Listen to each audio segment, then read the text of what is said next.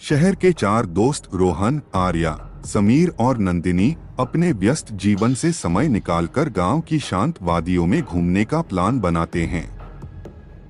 वे जंगल के बीच स्थित एक सुनसान गांव में पहुंचते हैं, जहां उन्हें एक रहस्यमयी हवेली दिखती है।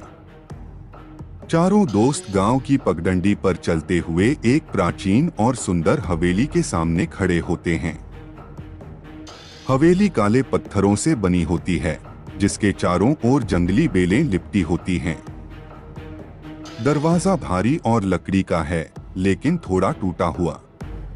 हवेली के आसपास सन्नाटा और पेड़ों पर बैठे कौवे अजीब सा माहौल बनाते हैं।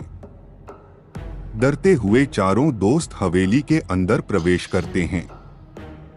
अंदर का दृश्य धूल और मकड़ी के जालों से भरा है। चारों ओर बड़े बड़े पेंटिंग्स लटकी होती हैं, जिनके चेहरे अंधेरे में डरावने लगते हैं। एक पुरानी सीढ़ी ऊपर की ओर जाती है। जैसे ही वे अंदर आते हैं, भारी दरवाजा अचानक जोर की आवाज के साथ अपने आप बंद हो जाता है। चारों दोस्त सहम जाते हैं। हवेली में गूंजती इस आवाज से उनकी धड़कन तेज हो जाती है। चारों दोस्त डरते डरते आगे बढ़ते हैं। उन्हें एक पुरानी लकड़ी की मेज पर एक मोटी और पुरानी किताब दिखाई देती है। किताब पर धूल की मोटी परत होती है, लेकिन उसकी सुनहरी हड्डियां अब भी चमक रही होती हैं। नंदिनी किताब उठाकर खोलती है। उसमें प्राचीन हिंदी में लिखा होता है, जिसमें हवेली से बाहर निकलने का रहस्यमय रास्ता दिया होता है। लेकिन किताब के हर पन्ने के साथ माहौल और डरावना होता जाता है। जैसे ही नंदिनी किताब का पहला पन्ना पलटती है, उसमें लिखा होता है कि हवेली से बाहर जाने के लिए तुम्हें 4 चुनौतियों का सामना करना होगा। पहली चुनौती हवेली की छत पर है। अचानक हवेली के चारों ओर से डरावनी आवाजें आने लगती हैं। चारों दोस्त हिम्मत करके ऊपर जाने का फैसला करते हैं। चारों दोस्त डरते डरते सीढ़ियों पर चढ़ने लगते हैं। सीढ़ियां पुरानी और चरमराती हुई होती हैं। हर कदम पर उनके नीचे से धूल उड़ती है। चारों को ऐसा लगता है जैसे कोई पीछे से उन्हें देख रहा है। वे जैसे ही छत पर पहुंचते हैं, अचानक दरवाजा बंद हो जाता है। छत पर चारों ओर अंधेरा होता है। सिर्फ चांदनी की हल्की रोशनी दिखाई देती है। सामने एक विशाल खोपड़ी की आकृति बनी होती है और उसके पास एक पहेली लिखी होती है, जो हमेशा चलती है पर कभी रुकती नहीं। चारों दोस्त आपस में चर्चा करते हैं।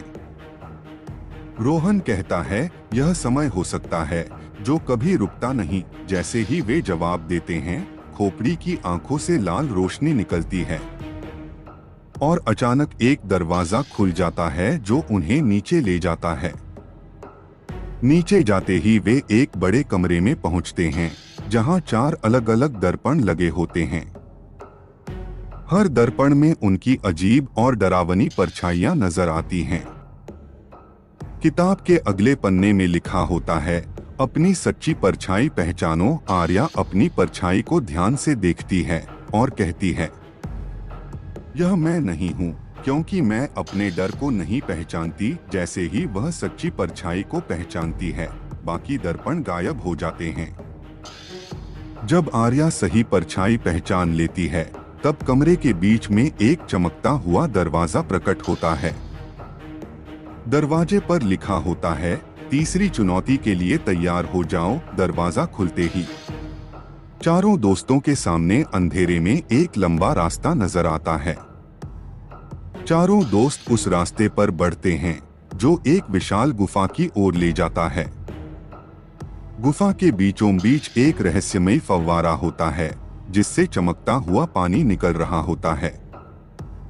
किताब में लिखा होता है, सिर्फ शुद्धतम हृदय ही इस पानी को छू सकता है। समीर सबसे पहले आगे बढ़ता है और पानी को छूने की कोशिश करता है, लेकिन जैसे ही वह पानी के करीब जाता है, फव्वारे से चिंगारियां निकलती हैं। नंदिनी कहती है, यह सही तरीका नहीं है, हमें इसे समझना होगा। नंदिनी फव्वारे के सामने बैठती है और प्रार्थना करती है। जैसे ही वह अपनी आंखें बंद करती है, फव्वारे का पानी धीरे धीरे शांत हो जाता है। वह कहती है, यह परीक्षा विश्वास और सच्चाई की है। वह पानी को छूती है और फव्वारे से एक सुनहरी रोशनी निकलती है। फव्वारे से एक रास्ता खुलता है जो उन्हें एक पुराने जर्जर दरवाजे तक ले जाता है। दरवाजे पर एक ताले के साथ एक और पहेली लिखी होती है, जिसका कोई रूप नहीं पर हर जगह है। समीर कहता है, यह हवा हो सकती है। जैसे ही वह यह जवाब कहता है, दरवाजे का ताला खुल जाता है। दरवाजा धीरे धीरे खुलता है और उसके पीछे एक और खतरनाक रास्ता दिखता है। दरवाजे के पार एक बड़ा कमरा होता है, जिसमें 4 अलग अलग रास्ते होते हैं। किताब में लिखा होता है, हर किसी को अपना रास्ता चुनना होगा। चारों दोस्त एक दूसरे को देखते हैं और अपने रास्ते चुनते हैं। हर दोस्त अपने चुने हुए रास्ते पर चलता है। रोहन को एक घुमावदार रास्ता मिलता है जो तेज हवा से भरा होता है। आर्या को एक गहरी झील पार करनी होती है। समीर को एक ऊंची दीवार पर चढ़ना होता है, जबकि नंदिनी को अंधेरे सुरंग में जाना होता है। रोहन तेज हवा वाले रास्ते पर बढ़ता है। रास्ता संकरा होता है और हवा इतनी तेज चलती है कि वह मुश्किल से खुद को संभाल पाता है। अचानक वह देखता है कि उसके रास्ते में एक भारी पत्थर गिरा हुआ है और उसे हटाना होगा। पत्थर पर लिखा होता है, शक्ति से नहीं बुद्धि से जीत मिलती है। रोहन सोचता है कि वह पत्थर को धक्का देकर हटा नहीं सकता, लेकिन पत्थर के चारों ओर एक छोटी दरार दिखती है। वह समझ जाता है कि उसे पत्थर को थोड़ा घुमाकर दरार से नीचे गिराना होगा। जैसे ही वह ऐसा करता है, रास्ता साफ हो जाता है। आर्या गहरी झील के किनारे खड़ी होती है। झील का पानी इतना ठंडा होता है कि उसकी सांसें जमने लगती हैं। झील के बीच में एक छोटा सा द्वीप होता है, जहां एक लालटेन जल रही होती है। उसे द्वीप तक पहुंचने का रास्ता खोजना होता है। आर्या झील के पास एक पुरानी टूटी हुई नाव देखती है। वह लकड़ी के टुकड़ों और रस्सी से नाव को ठीक करती है। जैसे ही वह नाव को पानी में डालती है, उसे संतुलन बनाकर धीरे धीरे झील पार करनी होती है। समीर को एक ऊंची दीवार चढ़नी होती है, लेकिन दीवार पर हर जगह कांटे उगे होते हैं। दीवार पर एक संदेश लिखा होता है, सिर्फ धैर्य और सही पकड़ तुम्हें आगे बढ़ाएंगे। समीर सोचता है कि उसे जल्दबाजी नहीं करनी चाहिए। नंदिनी गहरे अंधेरे रास्ते में चलती है।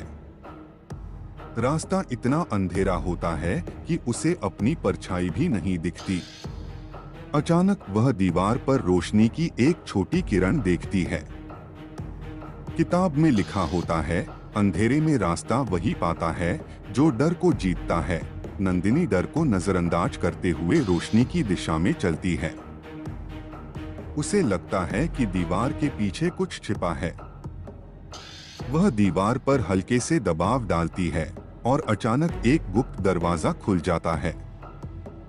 रोहन अपने रास्ते पर आगे बढ़ता है। रास्ता अब और संकरा और अंधेरा हो जाता है। अचानक उसे 3 अलग अलग दरवाजे दिखते हैं। हर दरवाजे पर एक शब्द लिखा होता है, भय, शक्ति और धैर्य। किताब में लिखा होता है, सही दरवाजा चुनो, नहीं तो सब खत्म हो जाएगा। रोहन सोचता है, भय हमें रोकता है, शक्ति हमें बहकाती है, लेकिन धैर्य हमें सही रास्ते पर ले जाता है। वह धैर्य वाले दरवाजे को खोलता है। जैसे ही दरवाजा खुलता है, एक चमकदार प्रकाश उसे अपनी ओर खींच लेता है। आर्या झील पार करके द्वीप पर पहुंचती है।